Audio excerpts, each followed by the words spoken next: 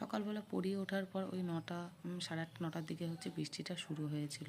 তো সকালবেলা বৃষ্টি হতেই পড়িয়ে উঠে ঘরদোর গুছিয়ে জামাকাপড়গুলো নিয়ে চলে গেলাম ছাদে। তো ছাদে জামাকাপড়গুলো মেলে বাইরে আর মেলতে পারিনি, ঘরের ভেতরেই মেলে দিয়ে আসলাম, যেহেতু বৃষ্টি হচ্ছে। আবার কখনো কখনো রোদও উঠছে, তো কিছু করার নেই। হ্যাঁ, বা ঘরে থাকলে পরে তাও একটু ঝরঝরা হবে।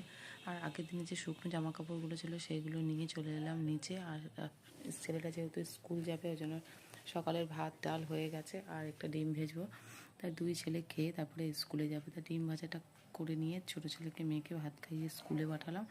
আর এদিকে হচ্ছে বড় ছেলে হচ্ছে স্কুলে যাবে, ও রেডি হচ্ছে। তারপরে ঘরে এসে জামা কাপড়গুলো ভাঁজ করে নিলাম, যে জামা কাপড়গুলো আগের দিন ছাদে রোদে দিয়েছিলাম।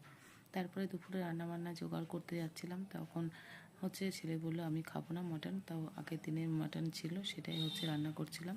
যেহেতু ফ্রিজটা নিরামিষ, তাই মাটনটা কষিয়ে রেখেছিলাম আর আজকে পেঁয়াজ দিয়ে